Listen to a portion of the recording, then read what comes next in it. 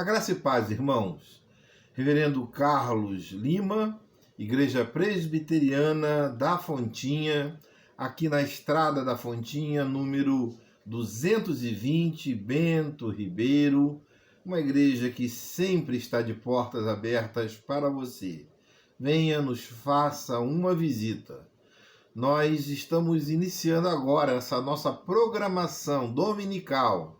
Neste domingo de Pentecostes, nós queremos receber você e saudá-lo através deste vídeo que agora chega ao seu lar.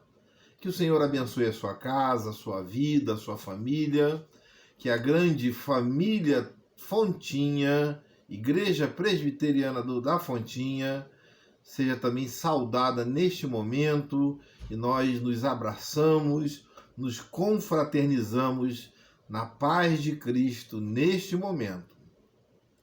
Sendo assim, nós vamos iniciar esse trabalho com uma oração.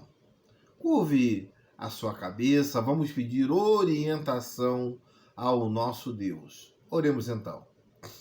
Querido Deus, amado Pai, na tua presença nós estamos suplicando, Senhor Deus, orientação, suplicando, Senhor, a tua direção para os atos deste culto, para que o Senhor chegue onde nossas palavras e os nossos pensamentos não podem chegar, para que o Senhor promova graça, edificação, paz, tranquilidade, Senhor Deus, e bênçãos, Pai, nas famílias, nos lares, e também individualmente no coração de cada um dos nossos ouvintes, Pai.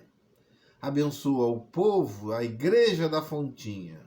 Abençoa aquele que nos ouve. Abençoa, Senhor Deus, a potencialidade deste vídeo, naquilo que, Senhor, ele pode fazer em sua penetração nos lares, nas vidas daqueles que ouvem ele agora, Pai.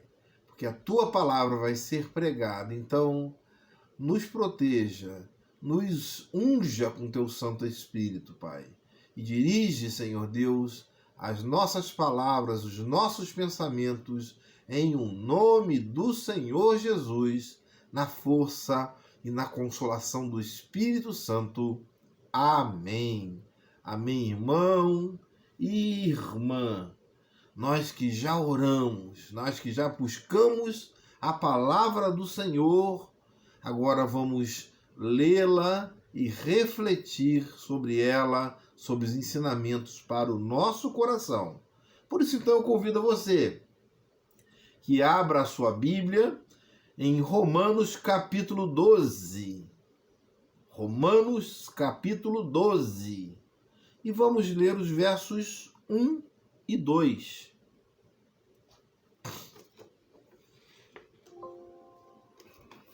Romanos 12, 1 e 2.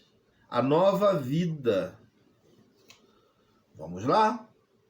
Rogo-vos, pois, irmãos, pelas misericórdias de Deus, que apresenteis o vosso corpo por sacrifício vivo, santo e agradável a Deus, que é o vosso culto racional. E não vos conformeis com este século, mas transformai-vos pela renovação de vossa mente, para que experimenteis qual seja a boa, agradável e perfeita vontade de Deus. Amém. Aplique o Senhor, a sua palavra, em nossos corações. A nova vida, e eu digo na nossa meditação deste domingo, a nova vida com Deus. Como é essa nossa nova vida com Deus? Nós que estamos celebrando hoje o dia de Pentecostes. Pentecostes era uma festa lá do Antigo Testamento, que comemorava-se 50 dias após após a Páscoa, numa celebração como que de cereais, de materiais do campo, a saída do povo lá das terras, do jugo dos egípcios. Era como se fosse um aniversário de 50 dias. Né? Então, se reuniram lá no meio do deserto. Por quê? Porque eles não tiveram ocasião de celebrar mesmo na saída da Páscoa. A Páscoa foi comida às pressas, eles saíram às pressas e não tiveram um momento e ocasião de celebrar. E então o Pentecostes servia para isso, para essa rememoração no coração e com alegria. Mas, numa dessas festas de Pentecostes, lá nos Atos dos Apóstolos, lá no capítulo 2, está narrado que neste dia o Espírito Santo desceu em forma de pomba, conforme pomba, e dividiu línguas conforme o Espírito mesmo queria atribuir aos homens. Foi um momento em que ali a igreja foi inaugurada. E a partir então de Atos 2, tem-se a inauguração de uma igreja, a Igreja de Cristo, sobre o que Cristo nos falou, que a porta do inferno, sobre ela nunca prevaleceria. Mas qual igreja, ou sobre qual igreja Cristo estava se referindo? Sobre que tipo de servo o Senhor estava falando? Certamente, não sobre uma igreja que não vive ao serviço dentro da casa de Deus, mas aquela igreja viva, firme, que vive para a glória de Deus. É essa igreja sobre a qual o Senhor estava se referindo. Mas é uma igreja também que precisa de comunhão, mas também de conversão, de mudança, de metamorfose. E quando nós lemos esse texto aqui de Romanos, nós entendemos que esse era o grande rogo e grande preocupação do apóstolo Paulo, para que a igreja de Cristo entendesse o que era ser igreja de Cristo, que deveria passar por uma transformação, uma metamorfose, uma mudança de estrutura, para que então ela se parecesse, ela desse testemunho, ela internamente pudesse mostrar que ela, nas suas características internas e externas, ela era agora uma estrutura mudada pelo Espírito Santo. Esta palavra metamorfose, que está aqui no texto, transformai-vos, que no grego significa metamorfoi, significa uma mudança da metamorfose. Nós vemos essa metamorfose, por exemplo, numa lagarta, que é uma lagarta, mas que é um ser urticante ou horripilante. As pessoas não querem nem tocar numa lagarta, nem ver uma lagarta. Mas o que acontece com ela? Ela passa por uma transformação, por uma mudança, e se transforma então numa borboleta. E a borboleta é o contrário. As pessoas querem ver uma borboleta. Uma borboleta é bela. Uma borboleta não é urticante, ela não queima as mãos. Uma borboleta, ela é linda, ela é bonita. Uma borboleta, ela serve como até presente, ela tem valor. As pessoas compram aqueles quadros de borboleta para presentear, e alguns são muito caros. Por que isso aconteceu? Porque houve uma transformação. E é isso que o apóstolo Paulo está falando, de uma transformação, mas aqui em relação à vida do cristão, uma nova vida, mas agora com Deus. Uma transformação do ser, do nosso ser, do nosso DNA, naquilo que nós éramos, para aquilo que o Senhor quer que nós sejamos.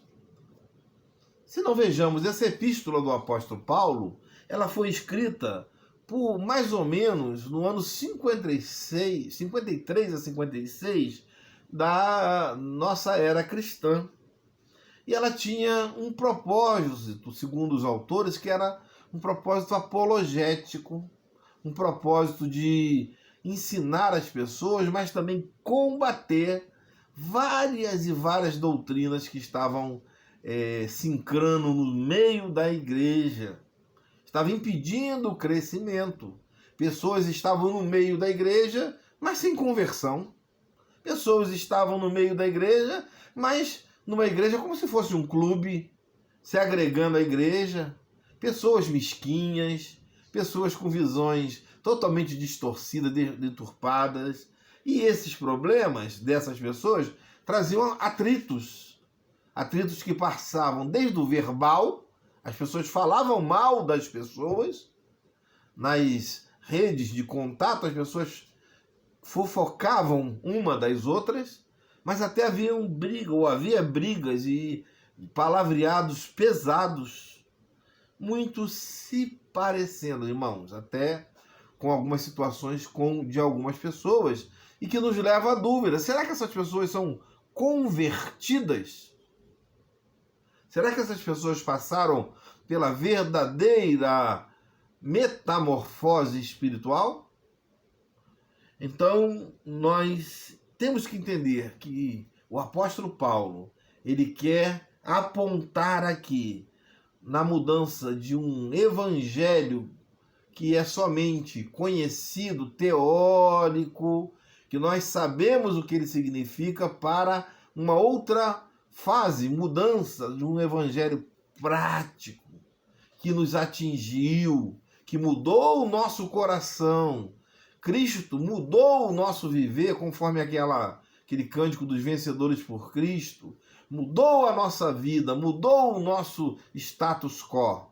E agora então nós, a partir dessa mudança, pregamos esse evangelho e vivemos esse evangelho. Irmãos, o que isso significa, então, dentro desse texto, à luz do período que nós estamos vivendo, do dia de Pentecostes, o dia em que a igreja se tornou igreja, mas precisa, então, se firmar como igreja? Gostaria que você deixasse a sua Bíblia aberta nesse texto de Romanos capítulo 12, para que nós pudéssemos analisar pelo menos 3 características dessa igreja pentecostal, dessa igreja e desses servos e desse povo de Deus que vive para a glória de Deus, mas que precisa passar pelas águas desta mudança, pelo fogo da remissão do Espírito Santo, dessa transformação. Em primeiro lugar, no verso de número 1, qual era o rogo do apóstolo Paulo? Ele fala: rogo-vos, pois, irmãos, pela misericórdia de Deus. Ou seja, irmãos, note que as palavras dele mostram grande expectativa e preocupação. Ele estava rogando. Alguém que roga e roga pelas misericórdias de Deus. É um desejo profundo que faça o quê? Que nós apresentássemos, ou que a igreja do seu tempo apresentasse o seu corpo como um sacrifício vivo, santo e agradável a Deus. E fala assim: esse apresentar o corpo como sacrifício vivo, santo e agradável a Deus, isso que é culto. Porque talvez chegar lá diante de Deus com um sacrifício, um animal, um cordeiro, e apresentá-lo de maneira factual, mas que não está condizente com a vida, isso não é culto racional, não é culto verdadeiro, não é o culto devido. Então nós devemos entender o que significa isso. Esse culto racional, ou culto devido aqui a Deus, é um culto em que nós apresentamos todo o nosso ser, toda a nossa vida, e ele está com ânsia que isso aconteça na nossa vida e na vida da igreja. Apresentar a Deus o nosso culto é o nosso culto integral. Então, em primeiro lugar, nós temos que ter uma dedicação integral a Deus com a nossa vida. E olha só, essa dedicação integral passa pela nossa vida, ou seja, para que seja agradável o nosso corpo, né, como sacrifício vivo, mas também no sentido aqui de agradar a Deus. Mas quando nós olhamos aqui corpo, esta palavra aqui significa não só o corpo, a carne, porque a carne era apresentada nos cultos em que os animais eram imolados, mas aqui, corpo é no sentido integral da vida, era a mente, a alma, era tudo que as pessoas eram. E era essa a dificuldade que se tinha naquela época. As pessoas ofereciam culto a Deus, e até os judeus ofereciam culto a Deus, mas não ofereciam de todo o seu coração. E não adianta oferecer a Deus por metade. O Senhor fala que nós só vamos ter o Senhor quando nós oferecermos todo o nosso ser, todo o nosso coração a Ele. Nós só vamos ser igreja quando a igreja oferecesse todo o seu coração, toda a sua vida, todo o seu resplendor nos altar do Senhor. Quando nós pensamos nisso, essa dedicação integral significa que devem ser ou devem estar nas mãos de Deus todo o nosso ser, todo o nosso coração, mas os nossos bens, os nossos serviços, o nosso tempo, a nossa vida, a nossa família, os nossos pensamentos, tudo isso deve estar sendo subjugado por Deus. Nós entendemos bem o que Davi fez lá na eira de Araúna, onde o povo de Deus estava sendo destruído pela praga, pela peste. Davi contara o povo de Deus e Deus castiga. E Davi fala: Senhor, que o castigo venha sobre a minha cabeça, que venha sobre a minha família, mas o povo não fez nada. E o Senhor fala, então, oferece um culto a Deus, oferece um sacrifício e vai lá na eira de Araúna, e daquela eira Davi vê o povo sendo morto, sendo destruído pela praga. E Araúna fala: Senhor, você vai oferecer a Deus aqui, Davi, sacrifício? Então toma os bois, toma juntas, Senhor, tudo é seu, o Senhor é o rei. E Davi fala algo poderosíssimo aos nossos corações: não vou oferecer a Deus nada que me custe alguma coisa. Eu tenho que oferecer a Deus, mas aquilo que me custe alguma coisa, que seja do meu trabalho, do meu esforço. É uma dedicação integral, mas que visa o seguinte: olha, eu tenho que oferecer a Deus de mim mesmo. Não tem que ter intermediários. Não tem que ter alguém à minha frente. Não tem que ter alguém que esteja à frente fazendo alguma coisa. Irmãos, a sua vida tem sido integralmente entregue ao Senhor? Existe alguma coisa que está obstacularizando o seu caminhar com Deus? Seja na esfera humana, na família, no casamento. Pense nisso. Ore a Deus. Não há ou não deve haver nenhum impedimento para que você se achegue a Deus. Deus quer chamar você para fazer a sua obra, mesmo com os seus problemas, os seus obstáculos. Talvez você possa levantar isso. Mas lendo sobre Moody, fiquei pasmado. Moody foi um dos maiores pregadores, um dos homens mais abençoados por Deus, um dos homens mais doentes também. Moody sofria de várias enfermidades, teve que ficar várias vezes internado à beira da morte. Sofria de gota, sofria de depressão, até por causa das suas doenças, não podia caminhar direito, perdeu filhos, perdeu bens. Ele, no nascimento do seu filho, a sua mulher ficou paraplégica numa cama, e a sua mulher também olhou para aquela situação e falou: sabe de uma coisa? Agora que eu não posso andar, de cima daquela cama, ela dirigiu uma agência missionária por 20 anos e responsável pela conversão de muita gente, era o braço direito do seu marido. Moody foi fazer uma igreja e falou assim: essa igreja aqui tem campo, dá para dar muita gente aqui, mais de 2.000 pessoas. E a igreja toda falou assim: pastor, não dá.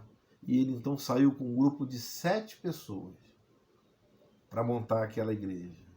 E montou uma igreja não com 2.000 pessoas, mas com 3.000 pessoas, e depois no seu anexo chegou até 5.000 pessoas. É o Tabernáculo da Fé de Moody.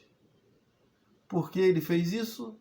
Porque nenhum problema pôde segurar o homem de Deus, porque estava debaixo do poder de Deus, não obstante os seus problemas. Dedicação integral a Deus, dedicação integral do seu corpo, da sua vida. Apresentai-vos vosso corpo, apresenteis vosso corpo como sacrifício vivo diante de Deus. E Deus vai fazer a diferença, vai fazer o resto, e assim então nós teremos uma igreja pentecostal, alguém que vive os segredos e os mistérios da vida pentecostal na sua própria vida. Mas em segundo lugar, nós teremos também esta vida e essa visão de uma igreja pentecostal, de pessoas que vivem o Pentecostes na ruptura com os valores deste mundo. E no verso 2, na parte A, está escrito assim: não vos conformeis com este mundo. E não conformar aqui, conforme nós já sabemos, é não tomar forma, não se amoldar. E não é como algumas pessoas falam que, olha, não se conformar é não aceitar, né? Conformar é aceitar, é deixar para lá, não tem nada a ver com mudança, mas conformar é amoldar, tomar forma, ser igual. É isso que ele está falando aqui, olha. Nós não podemos tomar forma, e ali era tomar forma a luxúria romana, ao jeito de ser romano, a sensualidade romana, os excessos e a depravação do mundo romano. E isso era fácil, isso atraía as pessoas. E então o apóstolo Paulo fala para a igreja: olha, vocês têm que quebrar com isso da vida de vocês. A igreja não pode ser assim. A igreja tem que ter ciência. A igreja tem que ter vida. A igreja tem que ter olhar, mas tudo isso com o temor das coisas de Deus. A igreja tem que olhar para as coisas que são mostradas pela sociedade, pelo Estado, e ser consciência do Estado, conforme analisa Calvino, que vê essas brechas e rupturas no olhar do mundo e fala assim: crente que é crente, ele se baseia na palavra de Deus, e ele não se conforma, ele não toma forma, ele tem uma ruptura com este mundo, porque ele é melhor que este mundo. Lá em Colossenses capítulo 3, a partir do verso 5, nós temos do próprio Paulo uma advertência. Ele nos fala: revesti-vos no novo homem, que se refaz no pleno conhecimento da imagem de Deus. Nós temos que retirar essa conformidade com os atos do mundo. Nós temos que ter uma quebra, uma ruptura, e temos que ter um revestimento daquilo que é de Deus, daquilo que é puro, daquilo que as pessoas olhem para nós e vejam coisas que são de Deus. Quando nós olhamos para a vida de Daniel, e eu gosto muito desse exemplo, irmãos. Daniel lá no exílio, Daniel que escolhe não se contaminar, nem com os alimentos, nem com os modismos, nem com as roupas, nem com a maneira de ser daquele povo. e fazia isso de maneira sistemática. E fez isso, e o copeiro olhou para aquele homem e falou assim: esse homem é de Deus, esse homem é diferente. Então só deu legumes àquele homem, e ele estava mais corado, mais forte, mais rubro, mais gordo do que todos os outros, daqueles outros jovens, porque ele vivia o que ele cria, mas também ele retirou da sua vida aquilo que não pertencia a Deus. E mais à frente, lá em Daniel, lá no capítulo 6, há uma ordem sobre Daniel: olha, vocês não podem mais adorar e nem orar para Deus. E o que Daniel faz? Ao ler a ordem, o texto está lá no texto, dê uma lida lá. Ele vai lá e vai orar a Deus, porque ele fazia isso que era um costume da sua vida. Ele tinha conformidade, era com Deus, com as coisas de Deus.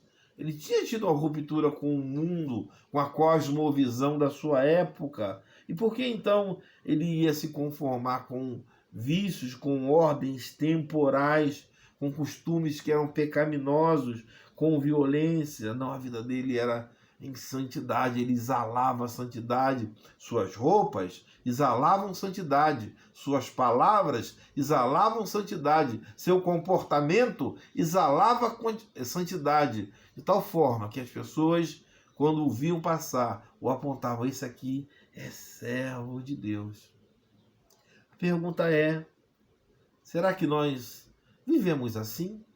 Ou estamos no meio dessas pessoas que têm esses comportamentos? Então, as pessoas não conseguem nem nos distinguir, que parecemos ser mais umas delas ou não, ou testemunhamos de maneira lúcida, prática, de maneira até agradável, que as pessoas passam e olham e apontam: esse aqui é servo de Deus, esse aqui faz a vontade de Deus. Meu irmão, corte as amarras que prendem você a este mundo, aos valores deste mundo.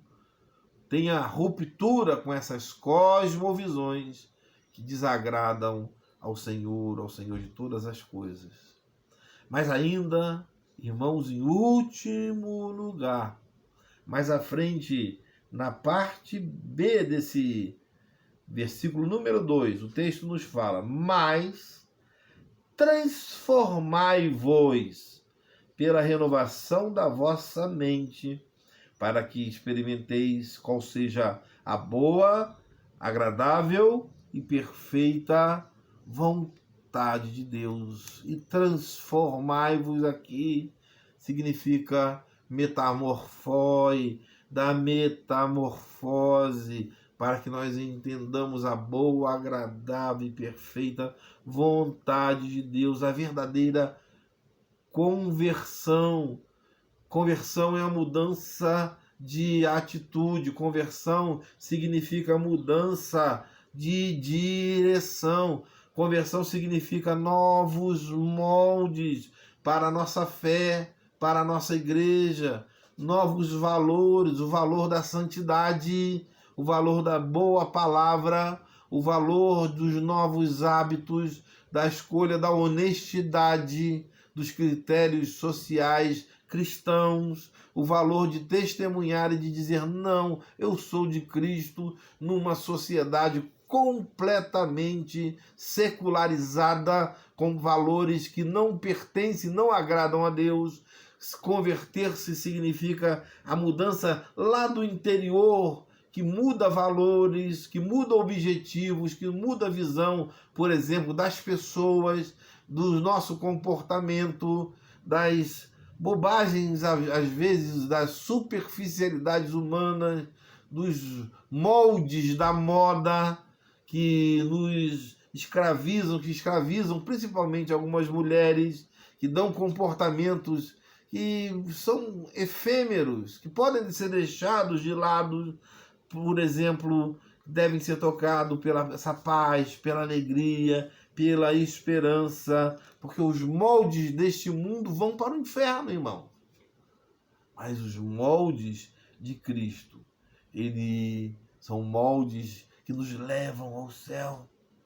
Nós temos que entender que essas transformações nos moldes de Deus nos elevam e elevam muito as nossas mentes e os nossos corações para viver e buscar a vontade de Deus, sem arrogância, sem orgulho, sem um olhar distorcido de como nós somos, em detrimento de tornar pequeno o nosso semelhante.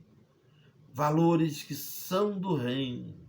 Quando nós lemos lá em Gênesis 32, nós olhamos a vida de Jacó, lá no Vale do Jaboque. Jacó, um homem que já estava sendo, e há muitos anos, trabalhado por Deus. Deus trabalhara naquela vida já por vários anos. Mas Jacó ainda precisava ter um encontro profundo com Deus. Então ele é levado a lutar com o anjo, e lá naquele vale. Ele luta bastante. Luta e fala: eu não vou sair daqui enquanto o Senhor não me abençoar. E aquela luta é tremenda, vai até a alva. E o anjo então fala assim: olha, Jacó, você lutou como um príncipe. Você agora é um príncipe de Deus. Por isso você não vai ser chamado mais de Jacó. Jacó significa usurpador, enganador. Mas agora você vai ser chamado de Israel, que significa príncipe de Deus. Toca lá na sua junta do seu quadril. E ele então sai mancando daquela luta contra o anjo. Mas sai vencedor, porque sai transformado, sai nos moldes divinos. Deus o transforma aquele homem, transforma aquela personalidade. E você, irmão? Você já está dentro desses moldes, dos moldes divinos, trabalhado pelo Espírito Santo? Qual é a sua situação atual? Você, minha irmã, como você tem vivido diante de Deus? Qual tem sido a sua espiritualidade? Deus tem chamado você a uma verdadeira conversão e a troca de valores. Participar então de uma igreja intimamente pentecostal, profundamente pentecostal. É uma igreja que vive dentro dessas condições, cujos seus membros conseguem essa dedicação integral a Deus. Viver dentro dessa integralidade, para a glória de Deus, mas também dentro do serviço humano, onde as pessoas colocam-se a disposição de Deus toda a sua vida, integralmente o seu corpo, tudo aquilo que elas são. Nós somos desafiados a isso, a crescer nesta direção, a olhar o nosso serviço, a nossa vida, para que nessa apresentação diante de Deus possamos melhorar, mudar, crescer, atingir os objetivos que Deus tem para a nossa vida, ser útil dentro da obra de Deus, escoemar qualquer coisa que desagrade a Deus, mas também aprender novas coisas. Podemos aprender para o reino de Deus, para a utilidade do reino de Deus. Você pode ser muito produtivo dentro do reino de Deus. Deus precisa da nossa dedicação. Precisa que nós possamos dizer a Ele: Senhor, eis-me aqui, envia-me a mim. Mas ainda, irmãos, nós precisamos de uma ruptura com o mundo, com seus valores, com aquilo que desagrada a Deus, com aquilo que destrói a família, que nos destrói, que às vezes é muito aprazível humanamente, porque satisfaz a nossa carne. Mas nós temos que identificar que somos de Deus. Quem é de Deus já fez um pacto com Deus, o Espírito Santo de Deus, que foi selado lá na cruz do Calvário por Cristo Jesus, nosso Salvador. E precisamos viver agora em conformidade, conformados dentro de um novo modelo, de uma cosmovisão cristã que nos muda para que nós possamos mudar o mundo. Nós vivemos assim, vivemos revestidos desse novo homem que se refaz no pleno conhecimento da imagem de Deus. Somos desafiados também a isso, a caminhar sempre quebrando esses paradigmas e essas cadeias que nos prendem a este mundo, a esse século, a esses valores, e temos o Espírito Santo em nossa vida. Temos o sangue de Cristo que nos lavou e nos purificou dos nossos pecados. E por último, irmãos, nós temos os moldes do reino de Deus, para que essa metamorfose ela se complemente em nosso Deus. Temos os moldes da fé, da santidade, da bondade, do perdão, da alegria, da confiança em Deus, da obediência no Senhor, a vida para a glória de Deus. E nós temos então que nos transformar, mas no sentido de que essa transformação venha do Espírito Santo de Deus para a nossa vida, convertendo o nosso coração e fazendo com que nós estejamos a fazer também a vontade de Deus. Nós também somos desafiados a isso, a viver desta maneira, na plenitude da nossa conversão. Que o Senhor abençoe a sua vida, a sua casa, dê forças para que você possa viver um evangelho sem rupturas, para a glória de Deus. Amém. Amém, irmão, irmã. Que Deus abençoe você nesse dia de Pentecostes, que seja uma bênção na sua vida, na sua casa. Amém. E nós queremos agora fazer a oração final e após teremos a bênção apostólica. Oremos então. Querido Deus, amado Pai, nós louvamos e bendizemos o Teu nome, Senhor. E suplicamos pela vida do Teu servo e a Tua serva, que agora ouve esta mensagem, Senhor. Seja, Senhor Deus, com o Teu povo. Abençoa, Senhor Deus, a profundidade, Senhor Deus, desta mensagem. Que o Teu povo possa refletir, que o Teu povo possa caminhar dentro dos Teus caminhos, que possa haver conversão para aqueles que ainda não Te conhecem, Pai.